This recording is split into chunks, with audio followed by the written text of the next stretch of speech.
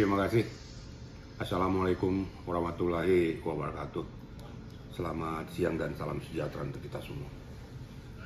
Jadi terus bergulir ya masalah sidang yang perlu kita cermati di sini. Ya. Kenapa sampai BPOM itu menolak untuk menjadi saksi ahli di sini? Saya kutip satu dulu substansinya. Ya. Yang jadi substansi permasalahan di sini dalam persidangan itu kan bukan masalah skincare. Ini adalah apa relevansinya masuk ke BPOM. Nanti BPOM mau menceritakan apa nanti dia? Kan di dalam dakwaan itu kan udah jelas 369 Yunto 55 ya. Kemudian dikaitkan juga dengan TPPU, kan nggak ada relevansinya dengan masalah skincare. Dia menjelaskan apa? Satu dulu. Kemudian yang kedua, namanya BPOM itu adalah lembaga negara. Dia harus menceritakan situasi kondisi yang diminta oleh siapapun atas nama negara. Karena yang berbicara itu undang-undang.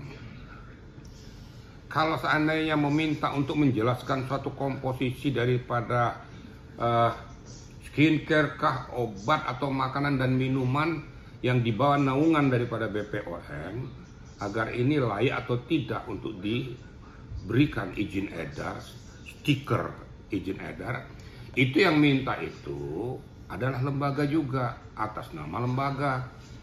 Untuk kepentingan apa? Bukan untuk kepentingan perorangan, tapi kepentingan seluruh rakyat Indonesia. Itu merupakan publikasi ke seluruh Indonesia bahwa ini loh etika prosedur yang benar tuh.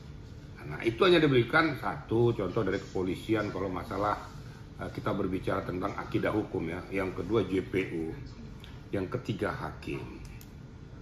Kalau seandainya hakim berbicara tentang mengundang BPOM, yang pertama kapasitasnya sebagai apa?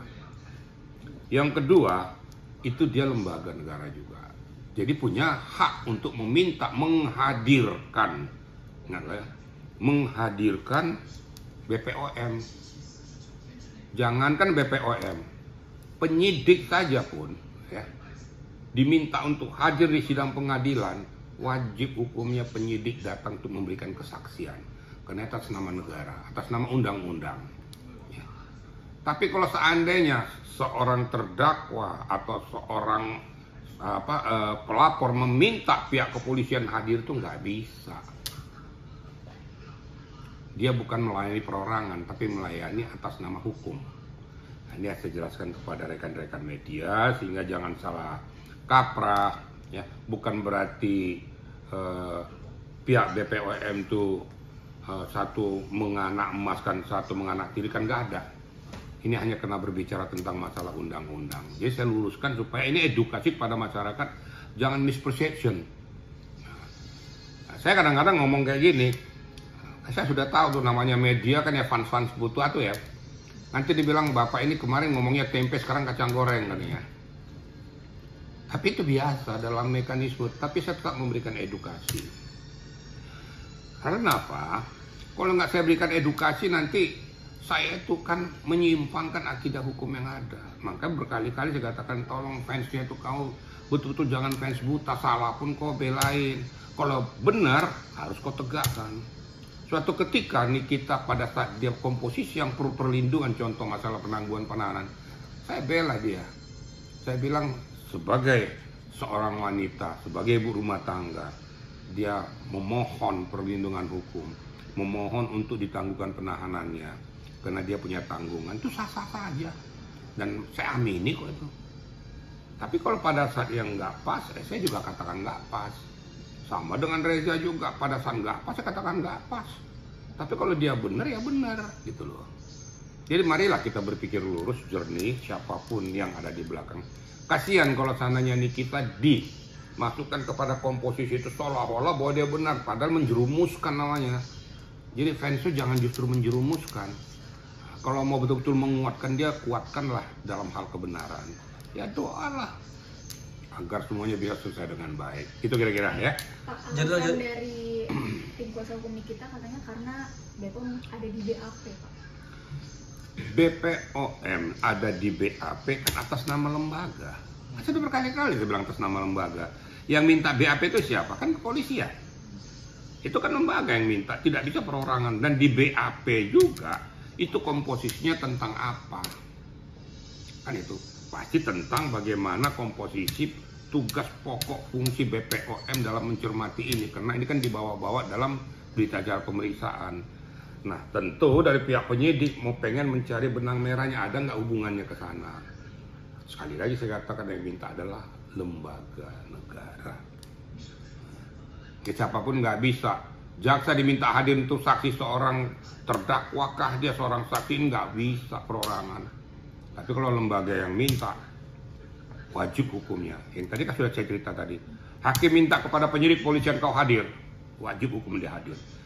Karena hakim itu meminta itu atas perintah undang-undang. Nah, ini ya, tolong ya supaya kita tentu jernih berpikir gitu loh, ya. Oke?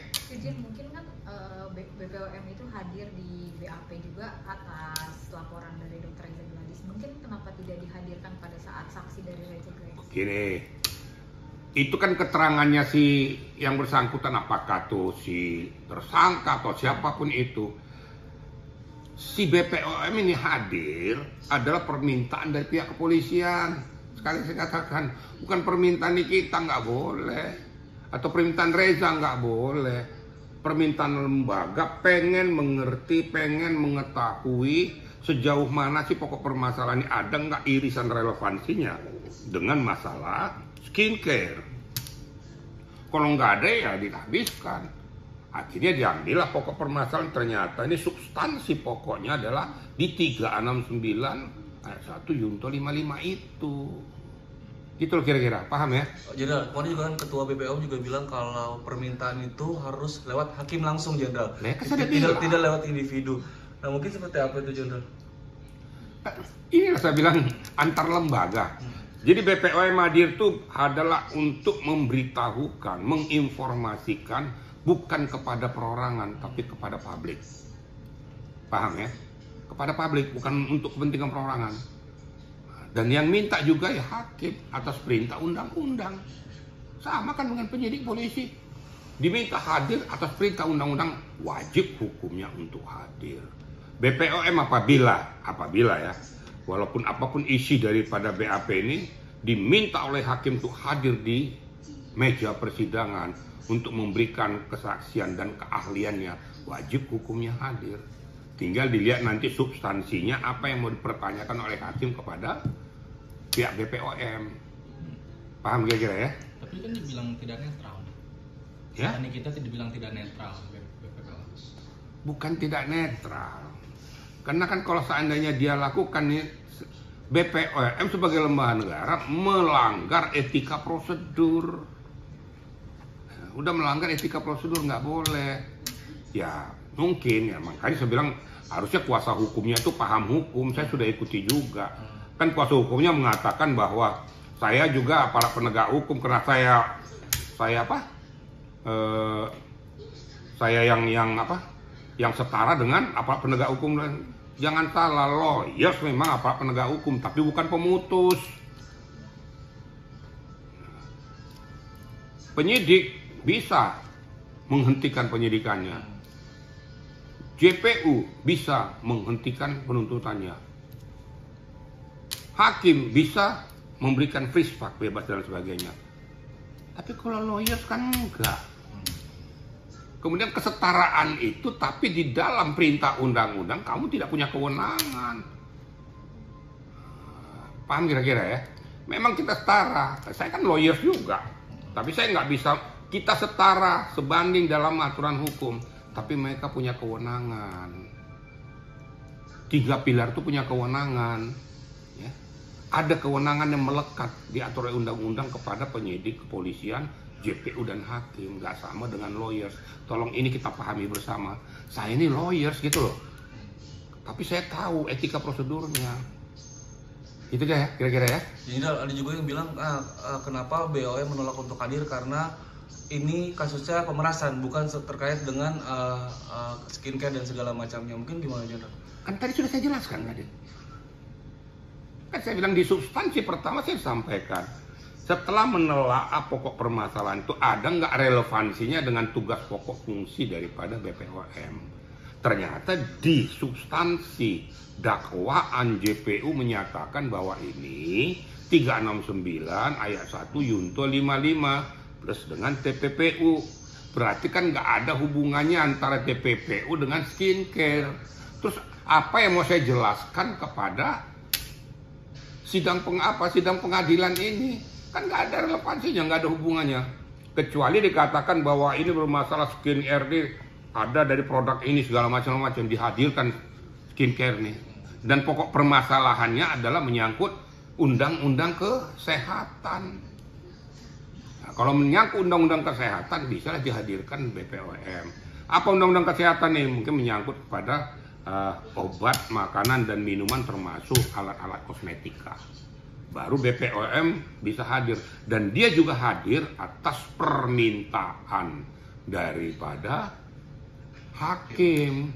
Kalau seandainya dari pihak saksi, pihak terdakwa atau kuasa hukumnya mau meminta itu, dia harus mengajukannya ke hakim majelis. Bukan dia minta langsung, nggak boleh. Tapi sekali lagi harus ada irisannya dengan tupoksinya. Kalau tidak ada irisannya dengan tupoksinya, ya untuk apa dia hadir? Paham kira-kira ya media ya? Ada lagi? Pak, kalau ini kan dalam 1 bulan masa tahanannya habis, itu masih bisa diperpanjang lagi nggak? Masih dalam 1 bulan? 1 bulan. Awal November masa tahanannya habis. Habis berapa? Sekarang ditahan dia kapan? Kenapa Bapak? Ditahannya kapan dia? Dari bulan Udah hampir 8 bulan. 8 bulanan. 8 bulan. Jadi bulan ke depan 9 bulan. Tahu nggak batas penahanan itu berapa? Tidak Bapak. Nah, makanya jangan Enggak, bilang jadi apa. majelis hakim sendiri yang bilang dalam 1 bulan ini masa tahanannya Begini habis. aja, sepanjang 1 tahun penuh 365 hari itu dari mulai penyidik, JPU dan hakim itu mempunyai hak untuk melakukan penahanan. Itu diamanatkan di KUHP, di undang-undang. Jadi kalau batas 365 hari dia juga belum diputuskan oleh hukum, baru dia dilepaskan demi hukum. Gitu loh. Kalau dibilang di 1 bulan yang mana? Baru 9 bulan kok. Dari mana hitungannya nih media ini 1 bulan Kan lagi? dari majelis hakimnya sendiri yang ngomong Apa? kemarin. Majelis hakimnya bilang dalam 1 bulan kan habis, jadi persidangannya harus diputus. Nah, tanggal pertanyaan 28 saya Oktober. kembali saya balikin, sejak ditahan dia kapan? 4 Maret 2025. Apa? 4 Maret Ya hitung aja sampai bulan depan berapa bulan? Berapa? November tuh sampai Baru akhir Oktober tuh 8 bulan. 8 bulan kan? Terus hitungan kalian di mana batas penahannya sebulan lagi habis? Majelis hakim Bapak. Majelis hakim. Apa? Kan tanggal 28 itu dia harus sudah putusan, jadi majelis hakimnya kemarin bilang. Majelis hakim itu batas penahanannya oleh siapa? Kan nanti hakim kalau seandainya masih belum, kan hakim bisa memperpanjang penahanannya dengan menggunakan kewenangan hakim. Nah, itu kewenangan mungkin kewenangan JPU kan bisa saja. Tapi kalau batas waktu penahanan itu 365 hari. Kalau 365 hari itu tidak diputuskan, harus dilepaskan demi hukum. Jadi sepanjang ini masih kurun waktu, masih berjalan, ya sah-sah saja. Tinggal siapa yang punya kewenangan, apakah nanti pengadilan, apakah dari Mahkamah Agung nanti. Kan ada tingkap-tingkap, lapis-lapis daripada kewenangan. Nanti itu diminta tuh. Contoh, udah 60 hari kan, belum juga diajukan ke JPU. Si penyidik minta kepada JPU untuk memperpanjang ini. Berarti menggunakan kewenangan JPU tambah 30 hari lagi gitu loh kira-kira. Kira-kira bisa dipahami ya? Oke? Terakhir soal saksi kemarin, melihatnya seperti apa sih saksi ahli dan Begini, saya sudah tahu kemana larinya maksudmu ya. Kau belum tanya pun saya sudah ngerti gitu loh. Itulah saya tuh. Jadi saya tuh menerima kalian tuh, saya sudah mengerti substansi permasalahannya, pokoknya kemana, intinya kemana kan gitu. Kalau saksi ada chart itu namanya ya. Saksi yang meringankan daripada ini kita dihadirkan ya sah-sah saja. Kan namanya juga bagaimana dikumpulkan saksi-saksi daripada yang bersangkutan untuk meringankan bahwa betul nggak saya melakukan perbuatan pemerasan, perbuatan tindak pidana apa kata dari Cat, dari Voice atau dari apa dan lain sebagainya. Sehingga di dalam muatan itu ya kita lihat dari logika umum saja uang berpindah dari seseorang ke orang lain dengan jumlah yang besar, kalau diberikan dengan cuma-cuma wajar nggak? Itu aja, itu jawab saja sendiri. Sedangkan 50 juta aja dikasih sama ke seseorang ke orang lain aja perlu ditanyakan untuk apa ini uang? Kan ditanya nih kan, lu kok cuma-cuma beda kalau kita nyumbang ke panti asuhan beda gitu. Kalau kita harus bertanyakan, berarti ada sesuatu peristiwa. Nah peristiwa ini apa? Ya itulah yang terjadi sesuai dengan dakwaan daripada JPU tadi. Jadi kalau artinya, saya ingatkan lagi, pengertian daripada 369 ayat 1 itu begini ya. Suatu peristiwa pidana, perbuatan tindak pidana yang dilakukan oleh seseorang ya, untuk mencemarkan nama baik atau mempublikasikan aktivitas seseorang ya, dengan tujuan untuk memperoleh keuntungan baik sebagian maupun seluruhnya. Kalau kesimpulannya ya, yang apa-apa, saya kan nggak pernah ngomong sama kamu, tapi saya tahu belangmu ada. Kalau kau nggak kasih ini ya sejam salahkan kau. Kalau ini saya speak up. Apa yang speak up? Kebetulan masalah skin care yang kebetulan ditenggarai, dicurigai itu kemungkinan overclaim atau underclaim kan begitu. Jadi kalau seandainya sudah dikasih, sudah selesai. Kalau nggak dikasih ya di speak up terus, ngomong ke publik. Nah, mungkin takut nih orang ini, dikasihlah itu uang, kira-kira begitu. Itu sesuai dengan dakwaan JPU, sesuai yang saya tahu dan saya ketahui pada saat dia membacakan dakwaan itu. Ya arti sesungguhnya ya mereka lah yang ngerti. Paham kira-kira ya? Oke? Nah.